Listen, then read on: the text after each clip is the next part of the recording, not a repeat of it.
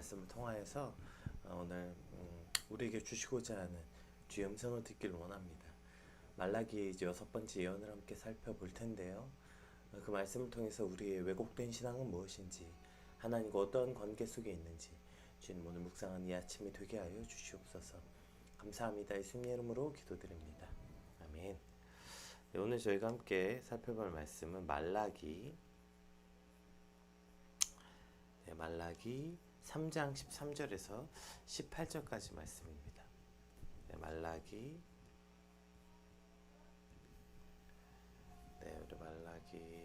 3장 13절에서 18절까지 말씀 살펴보겠습니다.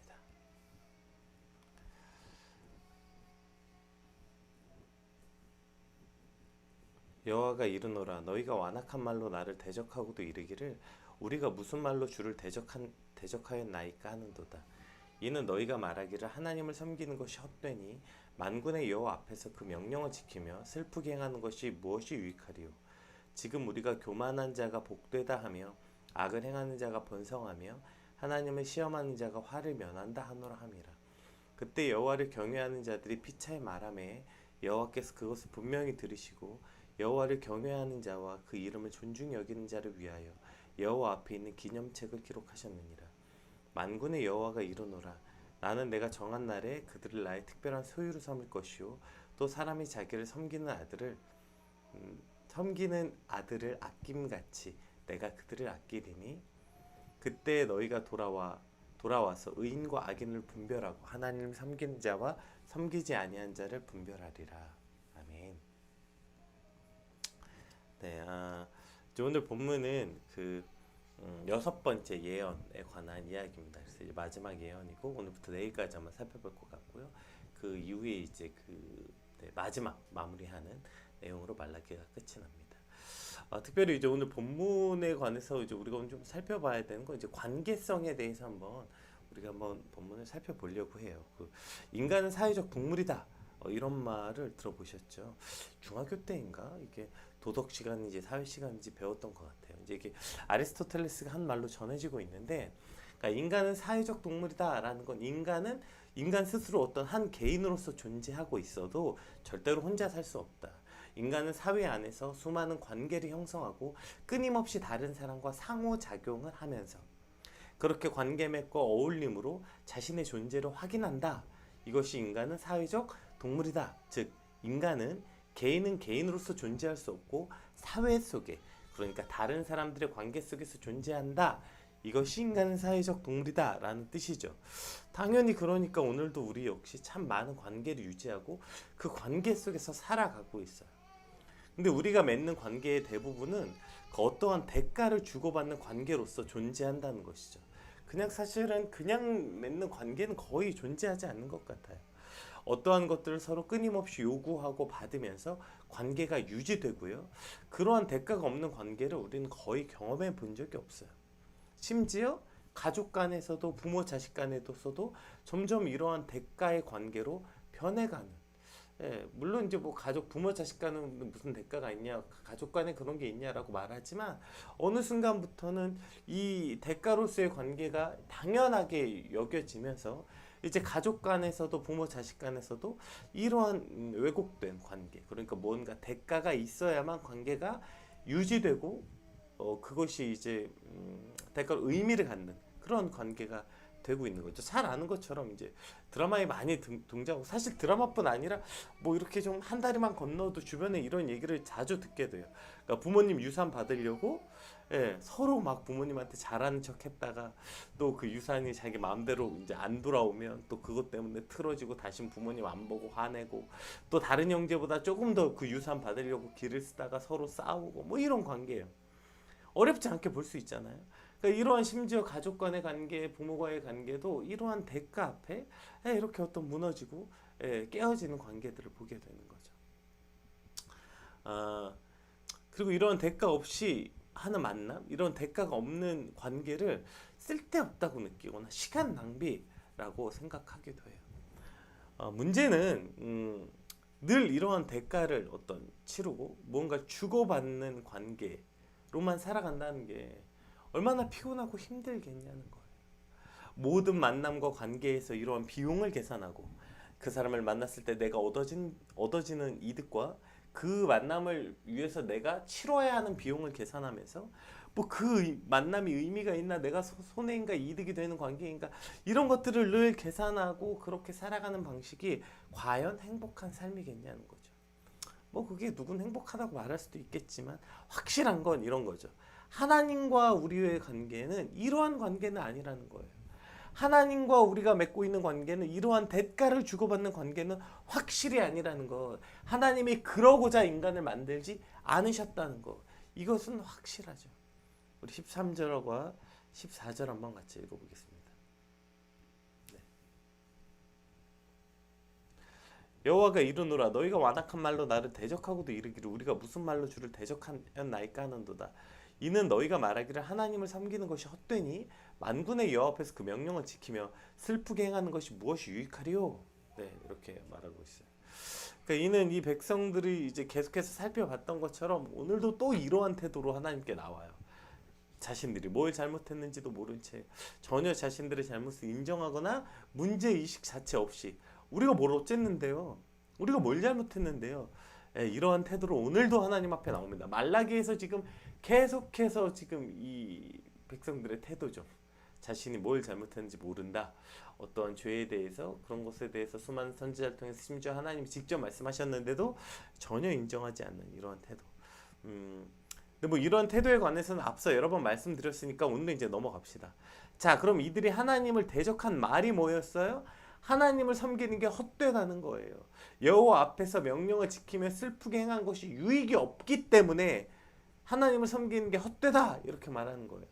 이스라엘 백성들이 구체적으로 그 슬프게 행하였다는 게 어떤 종교의식을 치렀는지, 어떻게 슬픈 종교의식을 치렀는지는 알 수 없지만 뭐 그것이 이제 그 당시에 이제 주로 많이 했던 게, 여기서 슬픈 게 행위를 했다는 이제 그 뭐죠? 죽음을 맞이했을 때 애곡하는 그 단어거든요. 그러니까 보통 우리가 흔히 이제 구약 시대에 이렇게 슬프게 했던 종교 행위들이 죄를 뒤집어 쓰는 것도 있고, 뭐 금식하는 것, 뭐 어쨌든 뭐 여러 가지가 있었겠죠. 그렇게 슬프게 종교 의식을 행했던 것. 그런데 그런 것이 유익이 없다는 거예요. 유익이 없다. 그 명령을 지키며 슬프게 행하는 것이 무엇이 유익하리요? 그러니까 우리가 이렇게 해봤는데 유익이 없었다. 그러니까 하나님을 섬기는 일이 헛되다. 이렇게 말하고 있어요. 그래서 무엇이 유익하리요라고 해당하는 게 이제 빼차으라는 단어거든요. 그러니까 빼차으는 다른 사람의 소유를 탐욕스럽게 없는 행위를 의미하는 그 어원에서 유래한 단어예요. 그러니까 지금 이들이 어떠한 태도를 했는데 그것으로 실질적으로 얻어지는 게 자기에게 없었다. 그러니까 지금 이스라엘이 자신이 슬퍼하는 행위, 이 종교적 행위를 통해서 하나님께로부터 실질적 이득을 얻고자 했던 거죠. 근데 그것이 안 된 거예요. 자, 15절 한번 봅시다. 그랬더니 이제 이렇게 말합니다. 지금 우리는 교만한 자가 복되다 하며 악을 행하는 자가 번성하며 하나님을 시험하는 자가 화를 면한다 하노라 함이라. 이제 여기까지 가게 되는 거죠. 그러니까 지금 하나님께 자신들이 막 열심히 하고 막 슬픈 행위, 죄도 뒤집어 쓰고 금식도 하고 막 이렇게 하면 뭔가 얻을 줄 알았거든요. 실제적 이득이 있을 줄 알았어. 근데 안 되는 거예요. 내가 생각하는 거랑 다른 거예요. 내가 지금 열심히 슬프게 행하였는데, 나는 열심히 뭘 했는데 여전히 나는 가난하고 병들고 내가 원하는 것은 하나도 못 이뤘는데, 아니 저 아무것도 안 하는 저 교만한 저 녀석들은 부자가 되고 건강하기도 하고 뭔가 다 이룬 것 같아요. 그러니까 지금 이런 말들을 쏟아내고 있는 거예요. 저거 알고 봤더니 그냥 차라리 교만한 놈들이 복되고 악을 행하는 자가 번성하고 하나님 시험하는 자는 화를 면하고, 오히려 우리가 슬프게 어떤 종교적 행위를 하는 우리는 고생하고, 우리는 이제 이러니까 헛되다 하나님을 섬기는 게. 지금 이러한 말도 안 되는 말을 쏟아내고 있는 거죠. 자신들의 이러한 시도와 기대가 실패로 돌아가고, 그러니까 그들은 여호와를 이렇게 원망하고 있는 것이죠. 자신들이 원하고 기대했던 것들이 있었던 거 아니에요? 내가 열심히 교회 나오고 내가 열심히 기대하고 내가 열심히 뭘 하면 내가 얻고자 하는 것, 내가 기대하는 것들을 얻을 줄 알았던 거예요. 내가 하나님께 노력하고 시간을 들이면 하나님께서는 내가 갖고 싶은 것, 내가 이루고 싶은 것을 이루어 주실 거라고 믿는, 즉 이들이 하나님과 원했던 관계는 이러한 관계라는 거예요. 나는 하나님께 노력과 시간과 정성을 드리고 그러면 그걸 받으신 하나님이 내가 갖고 싶은 것들을 이루어 주시는, 예, 내가 갖고 싶은 것들을 나에게 주실 거라는 이러한 관계 설정. 여기서부터 이 모든 일이 문제가, 그래서 제가 처음에 말했던, 예, 우리는 인간은 사회적 동물, 누군가 모든 관계를 이루고 살아갔는데 그 대부분의 관계가 이러한 이득과 대가를 주고받는 관계, 그리고 심지어 우리는 하나님과도 지금 이런 관계를 맺겠다고 하고 있는 거죠. 그런데 이 일이 일어나지 않으니 원망하고 차라리 하나님을 섬기는 일이 헛되다, 이런 말을 하고 있는 거예요. 저들이 그러한 관계를 원해서, 즉 내가 이루고자 하는 것을 얻고 싶어서 금식하고, 내가 이루고자 하는 것을 얻으려고 기도하고, 그러려고 교회 나오고, 내 소원을 이루려고 무언가 하고 행하는 이 모든 것들을 한다면, 그래서 하나님 앞에 행하는 그 금식, 그 기도, 그 모든 것들이 가증한 것이 될 뿐이죠. 아무런 의미가 없게 되는 것입니다. 오늘 우리의 신앙은 어떻습니까? 기복신앙 맨날 하니까 그 뉘앙스가 나쁘다는 건 다 알아요. 그 기복신앙은 옛날 사람들이 가졌던 믿음, 뭐 그거라고 착각한다고 생각해요. 그런데 정말 여러분, 그것은 정말 잘못된, 왜곡된, 저 멀리 옛날 신앙생활했던 분들이 갖고 있었던 신앙인가요? 정말 우리는 그러한 기복신앙이 우리 안에 없는 거예요? 그렇다면 오늘 여러분은 하나님께 기대하고 있는 게 무엇입니까? 오늘 나는 어떠한 관계 속에서 하나님과 있습니까? 우리가 열심히 막 봉사도 하고 열심히 무언가 하다가 갑자기 고난을 당합니다. 내가 열심히 뭘 하다가 갑자기 어려운 일을 당해요. 그럼 우리 안에 제일 먼저 어떠한 마음이 듭니까? 야, 내가 이렇게 열심히 했는데 어떻게 내게 이런 일이 있을 수 있나? 내가 이렇게 열심히 믿었고 내가 열심히 이렇게 했는데 어떻게 내게 이런 일이 있을 수 있나? 내가 이러려고 예수 믿었나? 내가 이러려고 봉사했나? 내가 이런 꼴 당하려고 사역했나? 이런 얘기하는 거 아니에요? 자, 그 안에 뭘 알 수 있어요? 나는 그걸 해서 뭔가 얻을 걸 기대한 거예요. 그거 하면 칭찬도 받고, 그거에서 인정도 받고, 그거에서 사람들에게 높임도 받고, 그거에서 하나님께 뭐 이런 것도 얻고 저런 것도 얻고, 이렇게 하면 내 직장도 잘 되고, 내가 이렇게 열심히 하면 내가 뭐 성공도 하고, 뭐 이런 걸 기대했던 거죠. 여러분, 이게 기복신앙이에요. 뭐 하나님, 제가 기도했으니 100만 원 주세요, 뭐 이런 것만 기복신앙이 아니라, 즉 하나님과의 관계 설정에 있어서 내가 이렇게 했으니 하나님 그러한 응당한 대가를 주세요. 내가 이렇게 하나님께 했으니 하나님 내게 대가를 주세요. 이것이 기복신앙이라고요. 내가 열심히 예배드리고 봉사하고 사역하고 이 모든 것이 무엇을 얻기 위함입니까? 아니죠. 이 모든 것은 처음부터 하나님께로부터 시작된 거 아니에요, 여러분. 하나님의 은혜로부터 시작된 거 아닙니까? 죽어 마땅한 우리를 살게 하셨기 때문에, 즉 우리가 그렇게 죽어 마땅한 우리가 하나님의 자녀, 하나님의 아들이 되는 권세를 얻었기 때문에, 그러니 그 놀라운 은혜와 감사, 그러니까 뭐죠? 돌아온 탕자의 비유에서 그 아들이 이제 아버지께 돌아가 그 말도 안 되는 은혜를 얻었으니 이제 그 아버지께서 내게 유산을 주시든지 말든지 뭐 하든지 관계없는 거 아니에요. 그 아들이 뭐라고 돌아가요? 그저 아버지 집에 가서 밥 한 끼다 얻어 먹으면 내가 종과 같이 있어도 좋겠다. 그런 마음으로 돌아갔는데, 그런데 그 아들에게 가락지를 끼우고 신을 신기고 주인으로서의 그 모든 위치로 회복된 그 아들이 그 아버지께 바라는 게 어디 있겠어요? 그 아버지께 바라는 게 뭘까요? 아버지 자체죠. 그 아들이 바라는 건 아버지가 주실 상급과 아버지가 주실 어떠한 대가가 아니라, 그 아들에게 가장 필요한 건 뭐예요? 그 사랑하는 아버지 자체. 그것이 아들이 바라는 아버지의 대가여야 하는 것입니다. 능력 있는 아버지, 돈 있는 아버지, 힘 있는 아버지, 내게 뭔가 해주는 아버지, 그런 아버지만 기대한다면 여러분, 그 관계가 얼마나 비참하겠습니까? 아유, 아빠 능력 없어서 무시하고, 아빠 내게 못 해준다고 무시하고, 얼마나 비참한 관계겠어요. 그러나 아들이 원하는 아버지는 아버지 자체여야 하는 것이죠.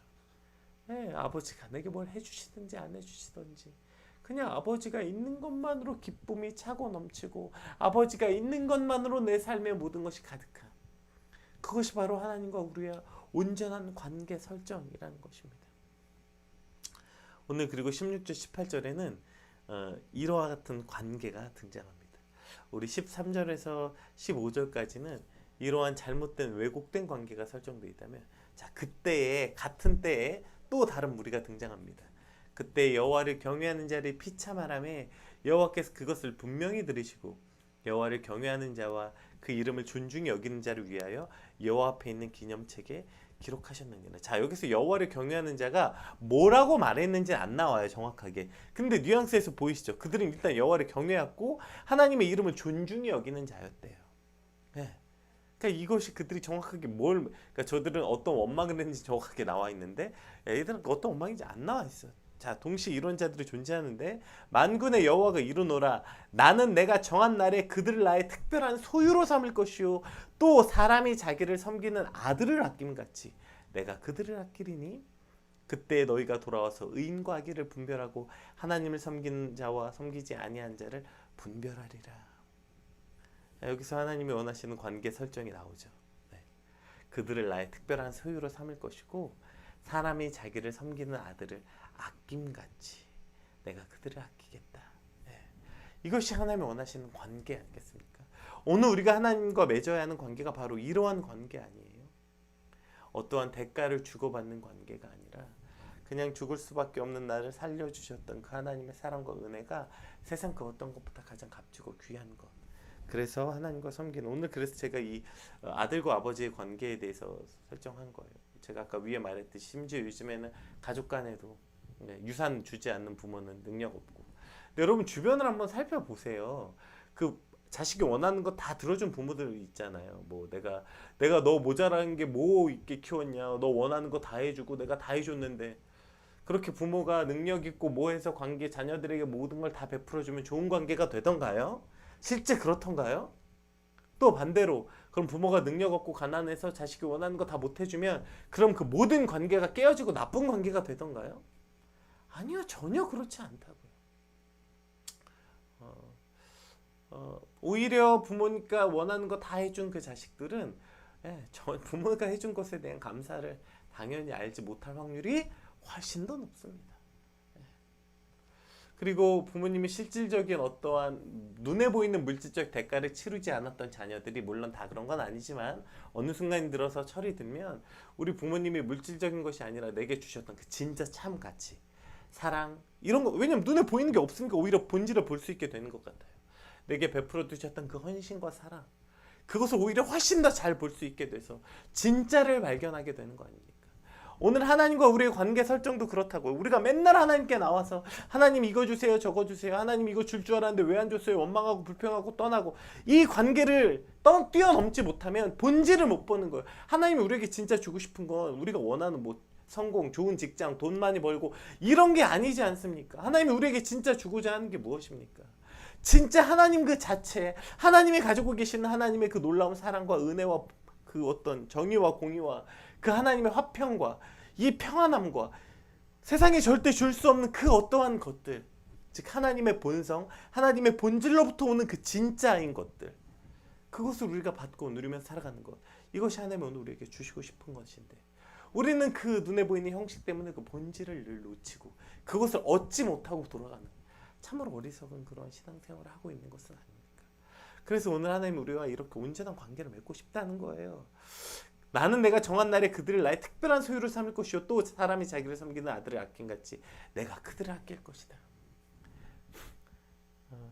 여기 보면 마치 우리가 하나님을 먼저 아끼며 하나님 우리를 아낀다고 한 것 같으나 그런 의미 아닙니다. 다 아시겠지만 이 모든 것의 시작은 하나님이 먼저 우리를 사랑하셨기 때문에 시작된 거죠.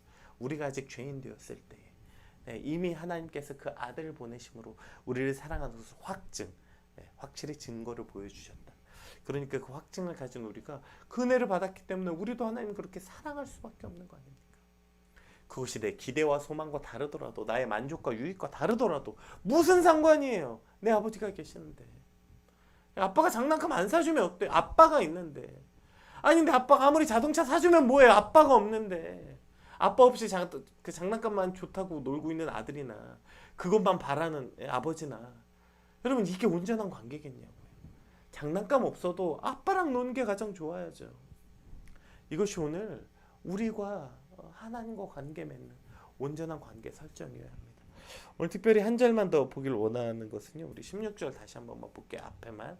그때 여호와를 경외하는 자들이 피차 말함에 여호와께서 그것을 분명히 들으시고. 자, 여호와께서 뭘 들었냐면 여호와를 경외하는 자들이 피차 말하는 것을 들었대요. 여기서 피차가 서로 말한다는 거거든요.